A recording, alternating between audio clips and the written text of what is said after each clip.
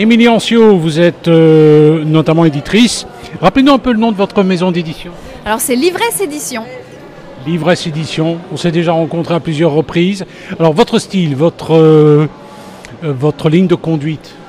Alors on est une maison d'édition généraliste en fait avec deux gros pôles principaux en jeunesse, donc tout ce qui est album cartonné ou petits romans, et en imaginaire, donc vraiment toutes les littératures de genre, horreur, science-fiction, fantasy, tout ça. Oui, c'est vraiment tous les styles, mais alors je vois aussi quand même vous avez un pan jeunesse, non? Oui, un gros pan jeunesse où là ça se développe pas mal avec une collection première lecture où là ce sont des petits romans encore un petit peu illustrés mais avec des chapitres et une collection premier livre où là c'est des albums cartonnés avec des illustrations pleine page. Alors votre actualité, qu'est-ce que je vois par exemple une bande dessinée là, Doudou le petit dragon a un nouvel ami.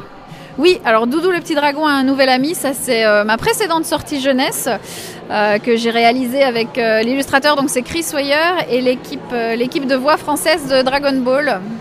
Rien que ça. Rien que ça, donc Brigitte Lecordier, Éric Legrand et Céline Monsara. Et sinon, moi, en actualité, j'ai un jeunesse qui va sortir là en septembre qui s'appelle La licorne qui cherchait ses couleurs. Ça raconte quoi? C'est l'histoire d'une licorne qui vit dans un monde où tout est en noir et blanc. Donc la petite particularité pour ce livre jeunesse, c'est que le début, les illustrations sont en noir et blanc, il n'y a pas de couleur du tout. Et la licorne va rêver d'un arc-en-ciel et donc elle va se réveiller le lendemain, se balader dans le village et voir un arc-en-ciel tout au bout du chemin. Et du coup, elle va se décider à suivre ses rêves et à littéralement aller à la recherche de l'arc-en-ciel et donc des couleurs. Alors il y a un autre livre là, L.A. Brown, Hanafuda. C'est un livre dont l'action se déroule au Japon? Alors ça se déroule pas au Japon, mais on est sur le thème des Yakuza. En fait, c'est l'histoire d'une vengeance, mais ça se passe à New York.